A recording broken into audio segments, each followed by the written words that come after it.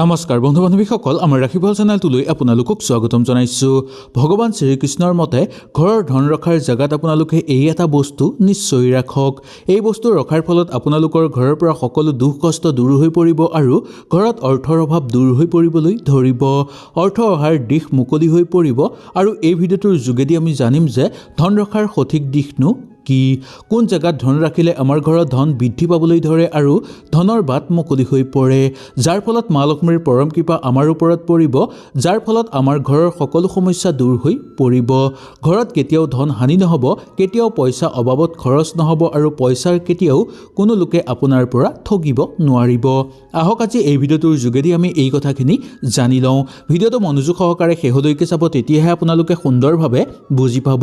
আৰু যদি ভিডিঅ'টো ভাল লাগে লাইক এটা কৰি আমাৰ মনোবল বঢ়াব আৰু আপোনালোকৰ বন্ধুবৰ্গৰ লগত শ্বেয়াৰ কৰি তেওঁলোককো উপকৃত কৰিব। আমাৰ ঘৰত যিমানেই চেষ্টা নকৰোঁ কিয় কিন্তু কেতিয়াও পইচা জমা নহয়। কোনফালে পইচা খৰচ হৈ যায় আমি গমেই নাপাওঁ। সকলো ফালৰ পৰা আমাৰ সমস্যা নামি আহে। জীৱনত চলি থকা সমস্যাবোৰ কেতিয়াও আমি সমাধান কৰিব নোৱাৰোঁ। যি মানুহৰ ওপৰত ভগৱানৰ কৃপা থাকে সেই মানুহৰ ওপৰত সকলো ধৰণৰ সফলতা আহি পৰে। সকলো ক্ষেত্ৰতে তেওঁলোকে সফলতা লাভ কৰিব পাৰে। সেইকাৰণে জীৱনত সফলতা লাভ কৰিবলৈ কিছুমান কথাৰ প্ৰতি আমি বিশ্বাস ৰখাটো বহু দৰকাৰ। ভগৱান শ্ৰীকৃষ্ণই এনে মানুহৰ কথা কৈছে, যি মানুহৰ ওপৰত মা লক্ষ্মীৰ কৃপা থাকে তেনে ওপৰত ভগৱানৰ পৰম কৃপা দেখিবলৈ পোৱা যায় আৰু সকলো দেৱ দেৱীৰ কৃপা তেওঁলোকৰ ওপৰত থাকে আৰু তেনে ঘৰত প্ৰচুৰ পৰিমাণে অৰ্থ বৃদ্ধি পাবলৈ ধৰে। আৰু যাৰ ওপৰত মা লক্ষ্মীৰ কৃপা নাথাকে তেনে ঘৰত প্ৰচুৰ পৰিমাণে ধন হানি হ'বলৈ ধৰে। এনে মানুহে কেতিয়াও ধন জমা কৰিব নোৱাৰে, কিবা নহয় কিবা কাৰণত তেওঁলোকৰ অৰ্থ খৰচ হৈ পৰে। এনে মানুহে মা লক্ষ্মীক সন্তুষ্ট কৰিবলৈ ভগৱান শ্ৰীকৃষ্ণই কোৱা কিছুমান কথাৰ প্ৰতি আমি পালন কৰিব লাগে বা কিছুমান নিয়ম আমি পালন কৰি চলিব লাগে। এনে কাম কৰিলে ঘৰত সদায় মা লক্ষ্মীয়ে বাস কৰিব, কেতিয়াও অৰ্থৰ অভাৱ নহ'ব। আহক তেতিয়াহ'লে আমি জানি লওঁ ঘৰৰ ধন ৰখাৰ জেগাত আমি কি বস্তু ৰাখিব লাগে আৰু ঘৰৰ ধন কোন দিশত আমি ৰাখিব লাগে। ভিডিঅ'টো ভাল লাগিলে আপোনালোকে নিশ্চয় তলত কমেণ্ট এটা কৰিব। 1 নম্বৰটো, যি মানুহৰ ঘৰত অৰ্থ হানি হ'বলৈ ধৰে, বেছিকৈ কেতিয়াও ঘৰত পইচা জমা নহয়, ইয়াৰ প্ৰধান কাৰণ হ'ল পিতৃদোষ। এই দোষৰ পৰা পৰিত্ৰাণ পাবলৈ ৰাতি সদায় দক্ষিণ দিশত আপোনালোকে এগছি চাকি জ্বলাই ৰাখিব। ইয়াৰ ফলত আপোনালোকৰ পিতৃদোষ দূৰ হৈ পৰিব আৰু ঘৰৰ পূৰ্বপুৰুষসকলৰ পৰম কৃপা আপোনালোকৰ ওপৰত পৰিব। ইয়াৰ ফলত সেই ঘৰৰ মানুহৰ কেতিয়াও অৰ্থৰ হানি নহ'ব আৰু অৰ্থৰ অভাৱ নহ'ব। কেতিয়াও আত্মবিশ্বাস আপোনালোকে নেহেৰুৱাব। পিতৃদোষৰ পৰা পৰিত্ৰাণ পাবলৈ ঘৰৰ দক্ষিণ দিশত আপোনালোকে সদায় এগছি চাকি জ্বলাই নিশ্চয় ৰাখিব। এনে কৰিলে সকলো দুখ দূৰ হ'ব আৰু মা লক্ষ্মী আহি আপোনালোকৰ ঘৰত বাস কৰিবলৈ ধৰিব, যাৰ ফলত সকলো দুখ কষ্ট দূৰ হ'ব আৰু ঘৰত অৰ্থ বৃদ্ধি পাবলৈ ধৰিব। 2 নম্বৰটো, ভগৱান শ্ৰীকৃষ্ণই গীতাত কৈছে যে কেতিয়াও স্বামীৰ অবিহনে মহিলাসকলে কেতিয়াও কোনো জেগালৈ অকলেই যাব নালাগে। মা লক্ষ্মী ভগৱান বিষ্ণুৰ অবিহনে কেতিয়াও কলৈকো নগৈছিল।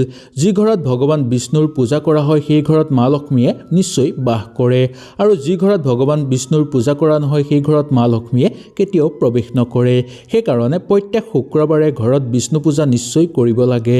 যদি পাৰে তেনেহ'লে আপোনালোকে কৰিব, যদি কৰিব নোৱাৰে তেনেহ'লে ওচৰৰ বিষ্ণু মন্দিৰত গৈ আপোনালোকে এগছি নিশ্চয় চাকি জ্বলাব। ইয়াৰ ফলত ঘৰৰ পৰা দৰিদ্ৰতা দূৰ হৈ পৰিব আৰু ঘৰৰ সকলো সমস্যা আপোনালোকৰ সমাপ্ত হৈ পৰিব। ঘৰত থকা বেয়া শক্তিও আপোনালোকৰ ঘৰৰ পৰা দূৰ হৈ পৰিব। লগতে আপোনালোকৰ ঘৰত চলি থকা বাস্তু দোষো দূৰ হৈ পৰা দেখিবলৈ আপোনালোকে পাব।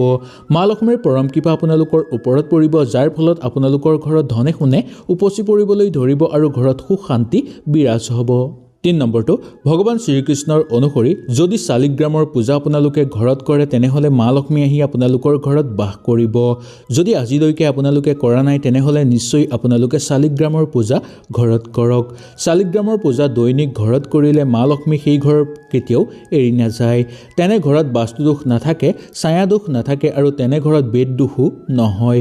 ঘৰত কেতিয়াও ধনৰ অভাৱ নহ'ব, ঘৰত কেতিয়াও ধন হানি নহ'ব।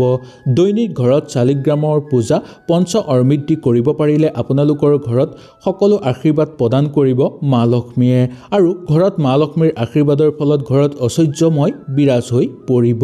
সকলো ফালৰ পৰা আপোনালোকৰ সুখ শান্তি নামি আহিব, খৰচ কমি আহিব আৰু ঘৰত কেতিয়াও অৰ্থৰ অভাৱ নহ'ব।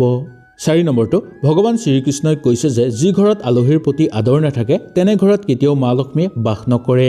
যি মানুহে মানুহক সন্মান কৰিব নাজানে, ঘৰলৈ অহা জীৱ জন্তুক ঝাৰুলৈ খেদে, তেনে ঘৰত মা লক্ষ্মীয়ে কেতিয়াও বাস নকৰে।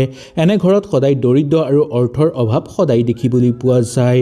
আৰু যি ঘৰত সদায় মানুহক সন্মান কৰে তেনে ঘৰত সদায় সন্তুষ্টময় পৰিৱেশ বিৰাজ হয়। এনে ঘৰত মা লক্ষ্মী আহি বাস কৰে। ভগৱান বিষ্ণুৰ পৰম কৃপা তেনে ঘৰৰ ওপৰত পৰা দেখিবলৈ পোৱা যায়। তেনে ঘৰৰ মানুহে সকলো ক্ষেত্ৰতে সফলতা অৰ্জন কৰিব পাৰে, সকলো দিশতে তেওঁলোকে সফল হ'ব পাৰে আৰু ঘৰত ধনে সোণে উপচি পৰিবলৈ ধৰে। 5 নম্বৰটো ভগৱান শ্ৰীকৃষ্ণৰ মতে ঘৰৰ ধন ৰখা ঠাই সদায় উত্তৰ দিশ হ'ব লাগে, কাৰণ উত্তৰ দিশটো অৰ্থৰ দিশ বুলি মনা যায়। এই জেগাত আপোনালোকে পইচা ৰাখিলে আপোনালোকৰ ঘৰত পইচা বৃদ্ধি পাবলৈ ধৰিব, মা লক্ষ্মী আহি আপোনালোকৰ ঘৰত বাস কৰিবলৈ ধৰিব। এতিয়া আমি জানি লওঁ আহক এই ধন ৰখাৰ জেগাত আপোনালোকে কি বস্তু ৰাখিব লাগিব। যদি আপোনালোকে ঘৰত এই প্ৰতিকাৰটো কৰে তেনেহ'লে আপোনালোকৰ ঘৰত ধনে সোণে উপচি পৰিবলৈ ধৰিব আৰু ঘৰত ধনৰ কেতিয়াও অভাৱ নহ'ব। যি জেগাত আপোনালোকে পইচা ৰাখিব সেই জেগাত হালধি লগাই 11টা বা 21টা চাউল আপোনালোকে এখন ৰঙা কাপোৰে বান্ধি ৰাখিব আৰু বান্ধি ৰাখি সেই চাউলখিনি আপোনালোকে পইচা থোৱাৰ জেগাত ৰাখিব। এনে কৰিলে আপোনালোকৰ ঘৰৰ পইচাৰ কেতিয়াও অভাৱ নহ'ব। যেতিয়া আপোনালোকৰ ঘৰত পূজা হ'ব সেই পূজাৰ সময়ত আপোনালোকে সেই টোপোলাটো আনি পূজাৰ জেগাত ৰাখি পূজা কৰিব আৰু পূজা অন্ত হোৱাৰ আগে আগে সেই টোপোলাটো নি আপোনালোকে আপোনালোকৰ পইচা থোৱাৰ জেগাত থৈ আহিব। এনেকৈ কৰিলে আপোনালোকৰ ঘৰত ধন আনি নহ'ব, ধনৰ অভাৱ নহ'ব আৰু মা লক্ষ্মীৰ কৃপা আপোনালোকৰ ওপৰত সদায় থাকিব। 6 নম্বৰটো আপোনালোকৰ ঘৰৰ ধন ৰখাৰ জেগাত যদি আপোনালোকে কুবেৰৰ মূৰ্তি এটা ৰাখে তেনেহ'লে ইয়াকো বহু শুভ বুলি মনা যায়। এই মূৰ্তিটো আপোনালোকে বজাৰৰ পৰা কিনি অনাৰ পিছত গংগাজল ছটিয়াই পবিত্ৰ কৰি ল'ব। তাৰ পিছত আপোনালোকে মা লক্ষ্মীৰ চৰণত ৰাখি আপোনালোকে স্মৰণ কৰিব। তাৰ পিছত সেই মূৰ্তিটো আপোনালোকে ঘৰৰ পইচা থোৱাৰ জেগাত ৰাখিলে আপোনালোকৰ ঘৰৰ পৰা সকলো দুখ কষ্ট দূৰ হৈ পৰাৰ উপৰিও আপোনালোকৰ ঘৰত অৰ্থ বৃদ্ধি পাবলৈ ধৰিব। কেতিয়াও আপোনালোকৰ ঘৰত পইচাৰ অভাৱ নহ'ব, কেতিয়াও পইচাৰ কাৰণে আপোনালোকে কেতিয়াও কষ্ট কৰিব নালাগিব।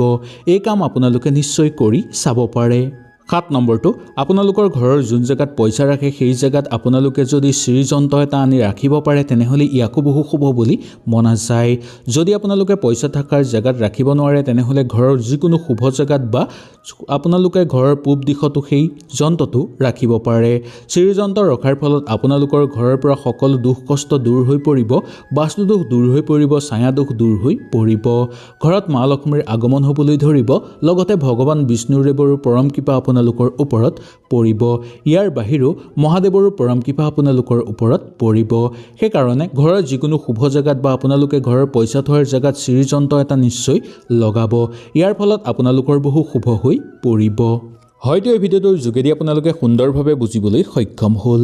যদি কিবা অসুবিধা পালে নিশ্চয় মোক তলত কমেণ্ট কৰি জনাব। তেনেহ'লে আজিলৈ আপোনালোকৰ ওচৰৰ পৰা বিদায় লৈছোঁ। কালিলৈ পুনৰ লগ পোৱাৰ প্ৰতিশ্ৰুতিৰে আজিলৈ নমস্কাৰ।